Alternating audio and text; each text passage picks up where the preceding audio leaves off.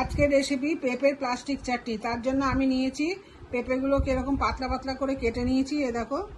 আর নিয়েছি নুন, একটু চিলি ফ্লেক্স, কেউ দেয় না কিন্তু আমি দেবো একটু টেস্টের জন্য।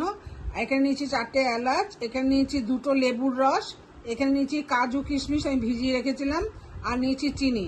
এই দিয়ে আমি তৈরি করব চাটনিটা। জলটা ফুটছে, এখন আমি পেঁপেগুলো একটু হালকা করে ভাপিয়ে নেব। পেঁপেগুলো দেখো আমার ভাপানো হয়ে গেছে। আমি চিনি শিরার জন্য জল বসিয়ে দিয়েছি। এর মধ্যে আমি দিয়ে দেবো একটুখানি নুন,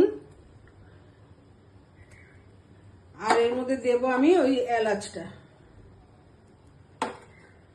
জলটা ফুটে গেছে, এরপরে আমি দিয়ে দেবো হচ্ছে চিনিটা। চিনিটা একটু তার হয়ে গেছে, এই দেখো। এরপর আমি এর মধ্যে দিয়ে দেবো পেঁপেটা। এবার পেঁপেটা আমি দিয়ে দিলাম। এবার আমি দিয়ে দেবো কাজু আর কিশমিশটা। দিয়ে দিলাম আমি চিলি ফ্লেক্সটা। এবার আমি দিয়ে দেবো লেবুর রসটা, কারণ লেবুর রস দিয়ে কিন্তু এটা ফোটানো যাবে না। এখন আমি দিয়ে দিলাম লেবুর রসটা।